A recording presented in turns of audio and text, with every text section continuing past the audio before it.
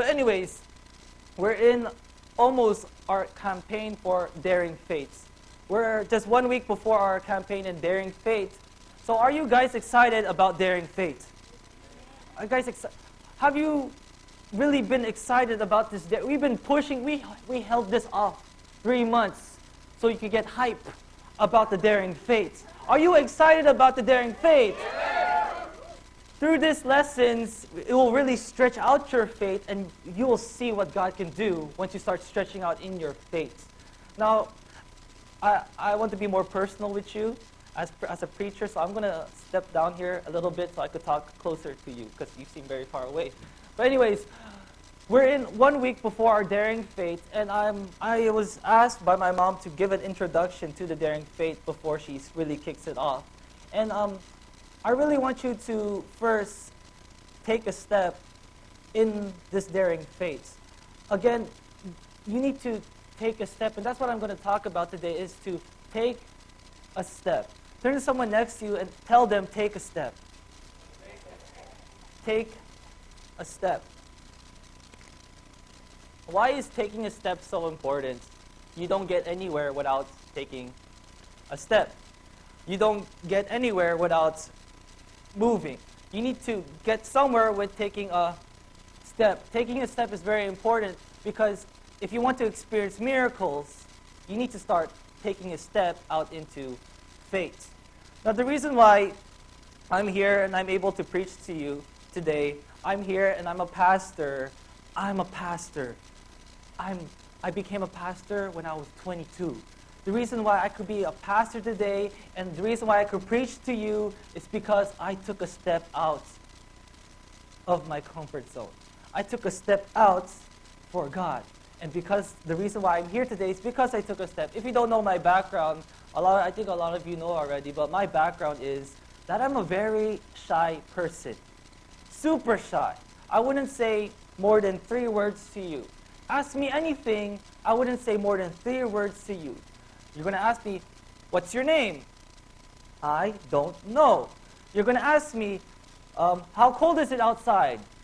I don't know. Did you do your homework? I don't know. But are you pogy? Yes, I am. I'll never. Yes, I am. I'm a very shy person. If you don't know me, I was super shy. I would stand behind my mom and my dad the whole time. I would be in the corner playing my video games. I'm a very shy person. And for me to stand in front of you right now, become a pastor, talk to maybe 100 and 200 people per week, that's something that's crazy. But I would never be in this position if I didn't take a step. Now, I want to encourage you this week is to start taking a step in your faith. Take a step. Now, it says here in Isaiah chapter 43, verse 1 to 2. Why do you need to take a step? Or why can you take a step? It says, but now, this is what the Lord says. He who created you, Jacob. Now, when it says Jacob, it really means child of God. So he who created you, Jacob, or he who created you. Point to yourself right now. He who created me. Say me. God created me. Okay, so he who created me, created you, and he who formed you, Israel, again is talking to you. He who created you and he who formed you, this is what God says to you. Do not fear, for I have redeemed you. Now, sometimes the reason why we don't take a step, or the reason why we're scared to take a step, is because we're scared of our character flaws. We're scared if we fail. We're scared if we make a mistake. We're scared to take a step because there is a chance of failure. But God says here, do not fear, for I have redeemed you. Your past doesn't matter anymore. What you've done doesn't matter anymore. Your character flaws, I know you have them, but I will still use you despite your character flaws. I have redeemed you. He says, I have summoned you by name. By name. Isn't that so great? God knows you by your very name. That long name that you have, God knows every letter, every syllable. My sister, she's going to get married. Her last name's not easy to say. Her first name's not easy to say. Nicolette Dolor. That's how, imagine their child writing this long. But God knows you by your very name. Every syllable, every letter, He knows you. Isn't that very assuring that God knows you by name?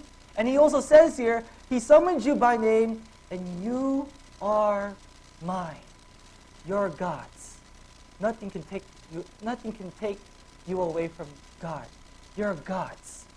That's so assuring. He has created you. He's formed you. He's redeemed you. He knows you by name, and you are His. Now, because you're that, this is what Jesus then tells you, or this is what God tells you. When you pass through the waters, I will be with you. And when you pass through the rivers, they will not sweep over you. You could walk through waters, you could walk through those rivers without any fear because they're not going to sweep over you. It says when you walk through the fire, meaning when life gets very hard, you will not be burned. The flames will not set you ablaze. You can walk through anything because God is with you.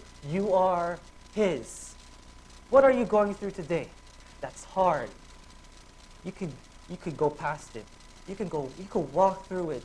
You could walk through it because it will not oversweep you or overtake you, not burn you, because God is with you.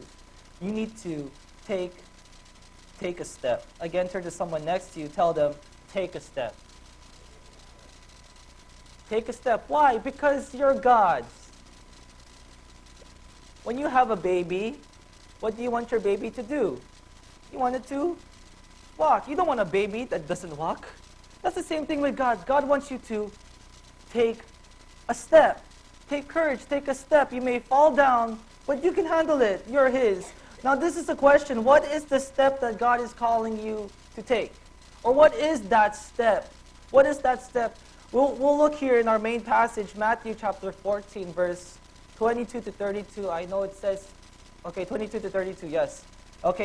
22, it says, immediately after this, Jesus insisted that His disciples get back onto the boat and cross to the other side of the lake while He sent the people home. After sending them home, He went up into the hills by Himself to pray. Night fell while He was there alone. Now, meanwhile, again, the disciples are in the boats. Meanwhile, the disciples were in trouble far away from the land, for a strong wind had risen, and they were fighting the heavy waves. Doesn't your life feel like it's a storm sometimes, and that you're fighting against the waves?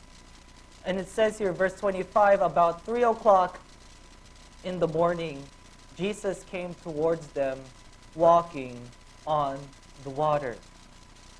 26, when the disciples saw Him walking on the water, they were terrified. In fear, they cried out, "It's a ghost!"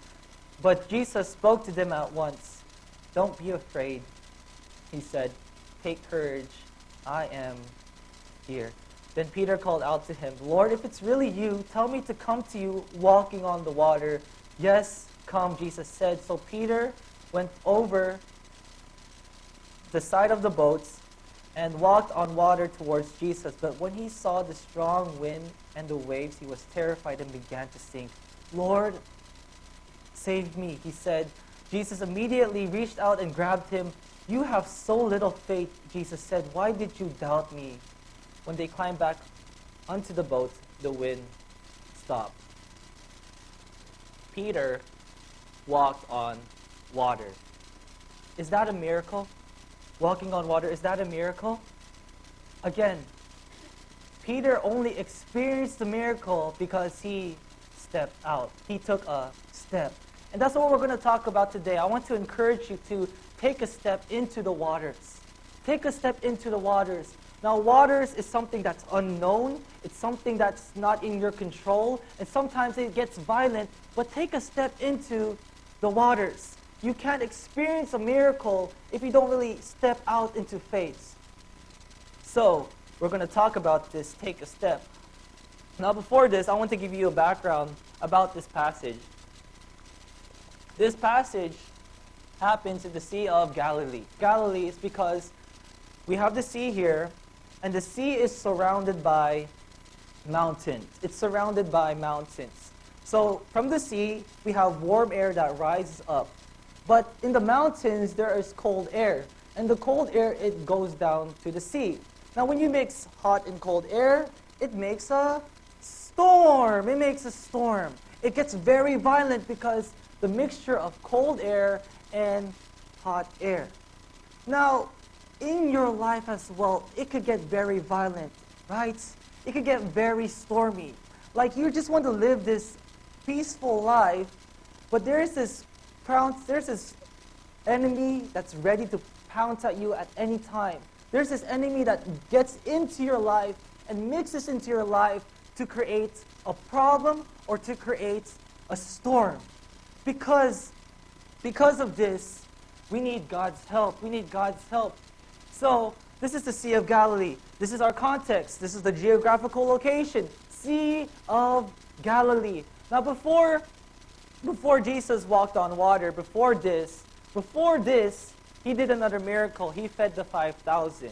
He fed the 5,000. So, Jesus was talking, he was teaching at the Sea of Galilee, and people gathered around him. Maybe it counted 5,000 men, but it didn't count the women and children. So, it's around maybe 10,000, 7,000, maybe around that number. So Jesus was teaching, and then they were getting hungry. They had no food to feed the 5,000 people, the 10,000 people. So what Jesus did, notice here that Jesus didn't go to someone who had a lot. Jesus didn't go to a buffet store and ordered all the fried chicken. He didn't order all the fried rice. He didn't go to a buffet store. Jesus went to someone who had little. Jesus went to a child that had 2 fish and 5 bread. He went to a child. You know what? The disciples overlooked the child. Jesus went to the child. Sometimes in your life, people may overlook you. You're just Filipino. You're just part-time worker. You're just this person. People will overlook you, but the people who gets overlooked, that's what Jesus follows. That's who Jesus calls. So he went to the child who had little, and with the 2 fish and 5 loaves of bread, he multiplied it to feed 10,000 people. That's a miracle. But in verse 22, after he did the miracle, verse 22, it says this. Immediately after this, after he fed the 5,000, Jesus insisted that his disciples get back to the boat and cross to the other side of the lake while he sent the people home. That's weird. Jesus just performed the miracle, and now he's telling people, get away from me. Isn't that weird? Isn't that weird that after he did the miracle, doesn't he want people to be with him, to believe in him? But he told the people to go home. Notice here, imagine that your paper that you've been waiting for years and years and years, it's been held back, you can't bring your family, but all of a sudden, you get your paper.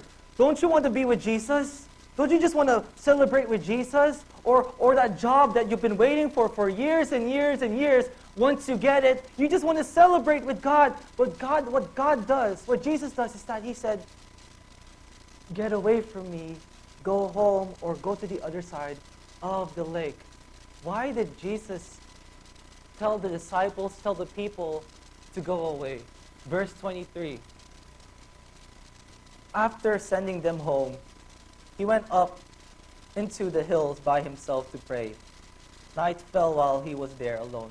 The reason why Jesus wanted to get away, or it seemed like Jesus was pushing us away, or it seems like Jesus is quiet in our lives, is because he's interceding for you to receive again. He's interceding for you to receive a miracle. He's interceding for you to take a step.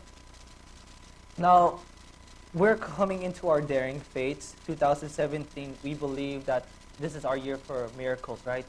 2017, year for miracles. But I have a little warning for you. When you want a miracle, a problem has to happen. A problem, a situation, or even a thing that seems like it's impossible has to happen. And that's where we get our first conflict here, is that the boat drifts. The boat drifts. Turn to someone next to you, tell them the boat drifts. The boat drifts. Okay.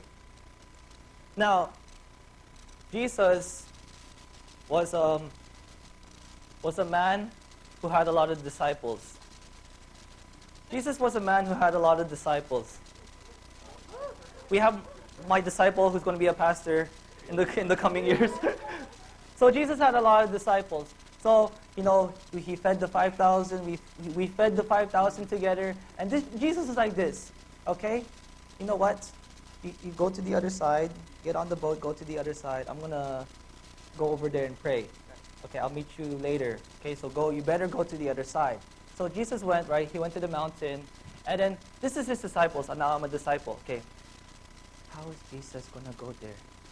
We're in the boat. How is Jesus going to go to the other side? So I think in my context, I put myself in their shoes. I think that the disciples were waiting in the boat for Jesus.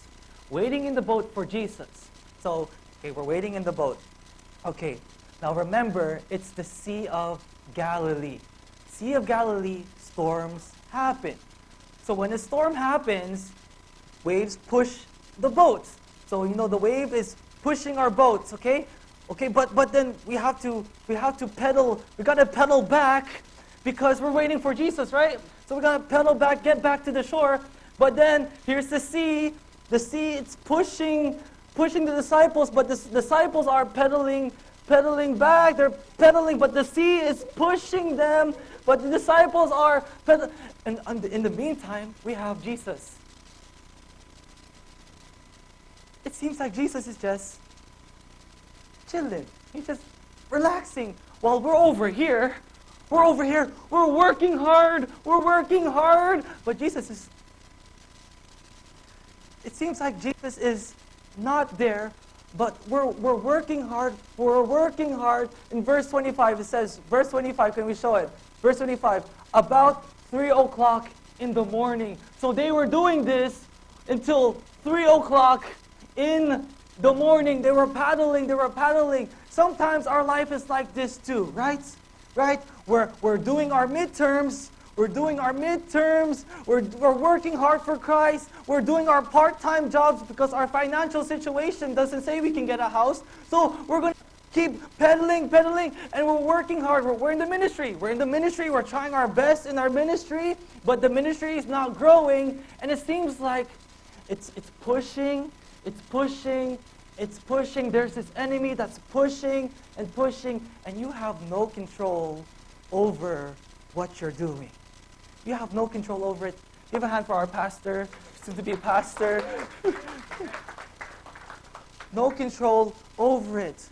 Our lives could be like this too. We try to do things with our own hands, but soon enough, you have no control over your situations.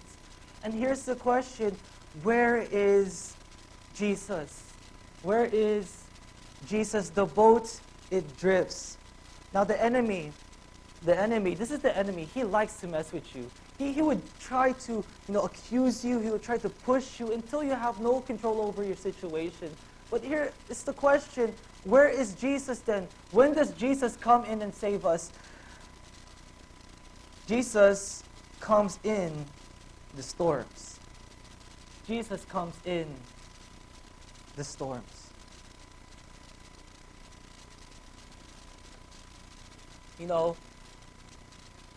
Feeling God in your life is more evident when there is a storm, when there is not a storm.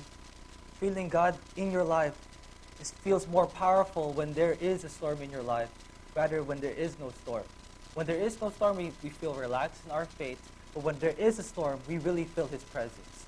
So Jesus comes in the storms. Verse 25, it says, about 3 o'clock in the morning, Jesus came towards them walking on water. You know what? Jesus actually waited for you till you had no control over your situations. Jesus waited for them until they had no control over that boat. Why? Why did Jesus wait for your situations to get worse until you can't handle it? Then he came in. Why did he do that? The reason why he did that is because he doesn't want to trust you on what you could do with your hands. He wants your full trust in him. And the way that you get full trust in him is that when you have no control over it, that's when he takes control. That's when he takes control to work in you and through you. Work in you and through you. Notice this, Jesus makes a way where it seems like there is no way. When does God come in? When it seems like there is no way. God comes in when it seems like your situation is impossible. Now, for a miracle to happen, I think a miracle is more significant when it is impossible to happen. A miracle is more significant when it seems like there is no way. That's a miracle. A miracle is not something ordinary. A miracle is something impossible happening. That's when God comes in, where it seems like there is no way. He came through walking in the storm. He came through walking in your storm. Now you're going to help me preach. I love crowd interactions. I love to interact with you while I'm preaching. So you're going to help me preach. We're going to pretend we're at the Sea of Galilee. Right? We're going to pretend. So can I have your hands like this? Okay. Now, you're the waves. Go. You're the waves. There's a storm. Okay. You're in the Sea of Galilee. Keep going. This is the sea. There's a storm that's happening. Okay. Keep going. Keep going. Now, this is Jesus. This is Jesus. He's just walking in the storm like it's nothing. He's just walking in the storm like it's nothing. Now for us, when a storm happens, right? When a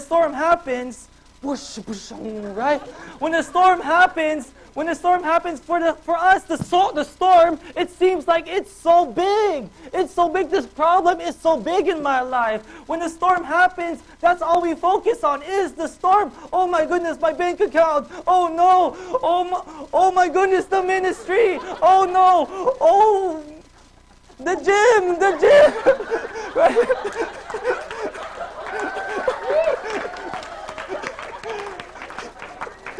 But a storm is happening. A storm's happening, and for us, the storm seems it's so big in our lives. But for Jesus, he's just walking in it like it's nothing. He overcomes your problems like it's nothing. He knows the solution to your situation like it's nothing. And here we have ourselves, we're stressing out. I get pimples. I get a lot of pimples. My mom, she gets very stressed. When there's no rice, she gets mad. There's no rice. She gets angry. We get stressed because of these storms in our lives. It seems like storms is so big. But for God, there's no storm too big for him to come to you.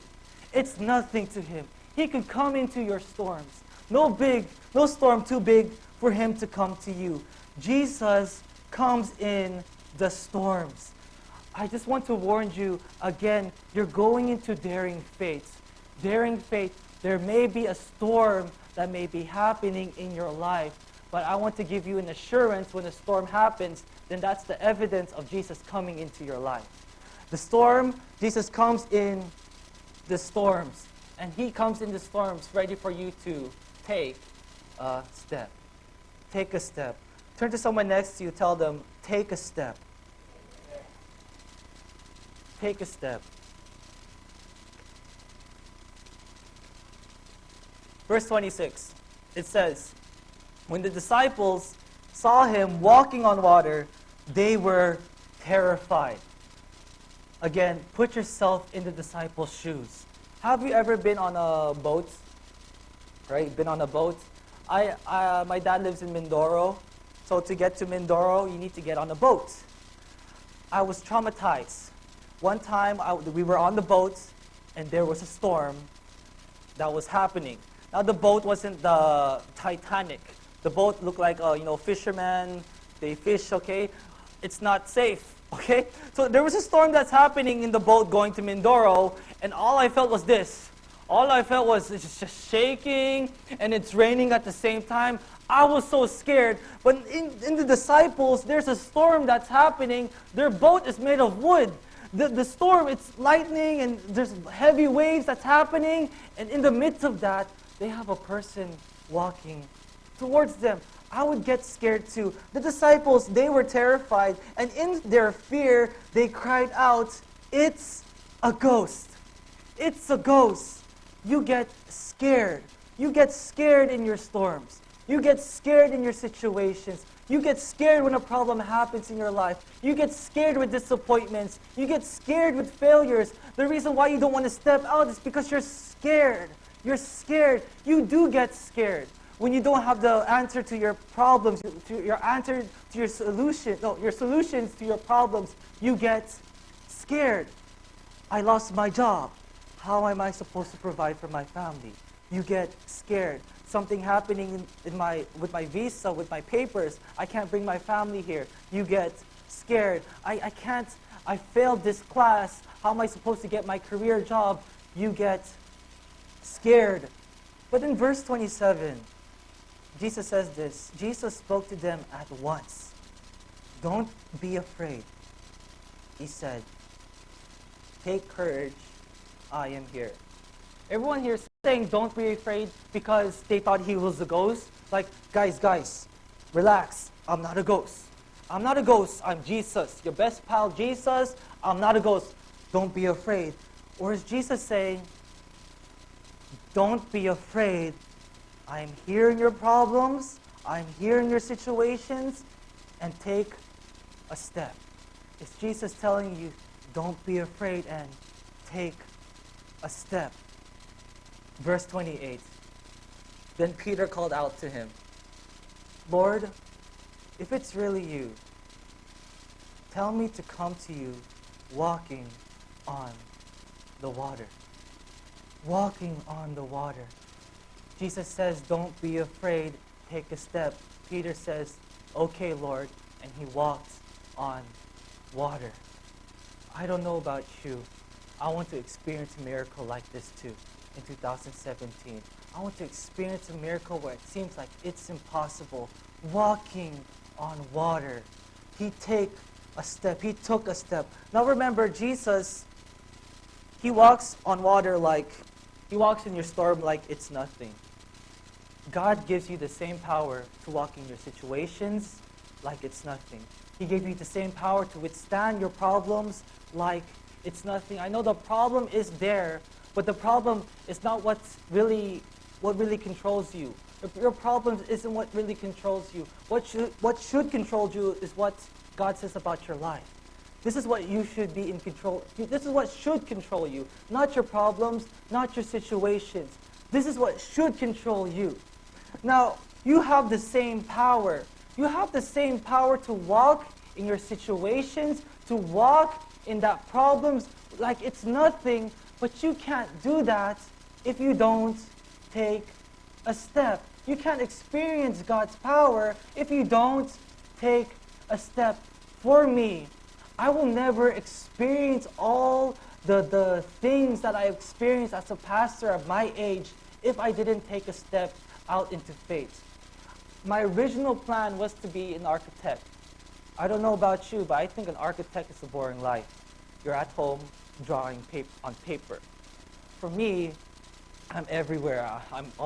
On March 30th, I was sponsored to go to the Philippines, and then to Japan. And guess what? That's all free for me, even accommodation. I could experience that because I took a step. Now, it's scary to take a step, but God gives you the power to take that step.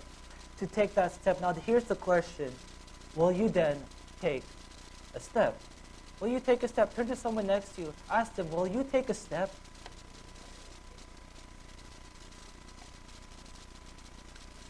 I don't know your situation right now. I don't know what you're going through. I don't know the problems that may be happening right now. But what is that step that God is calling you to take? Maybe some of you have a financial crisis right now, and you're working more part-time jobs because you're financially struggling. and you're working more part-time jobs, you can't really give the full tithe because you're strict by your spending. How about take a step out in faith that you drop some part-time jobs so it doesn't a small group. I encourage you, join a small group. You don't want to miss this. You don't want to miss a miracle that may happen in your life in 2017. What is that step that God is calling you to take? Take a step into the waters. Can we look at Isaiah 43 again? 1 to 2. The reason why you can take a step and have the assurance to take that step is because He who created you, He who formed you, He who has redeemed you, He who has summoned you by name, and He who owns you. The reason why you can take that step today is because God is with you each step of the way. Each step of the way, He's with you. Now, I have something very important that you really need to understand when you take that step, or when you're taking a step into faith. Now, Peter, can we look at, where's that? Can we look again at verse 28? Verse 28. It says, for Peter, verse 28, then Peter called out to him, Lord, if it's really you, tell me to come to you walking on water. Verse 29.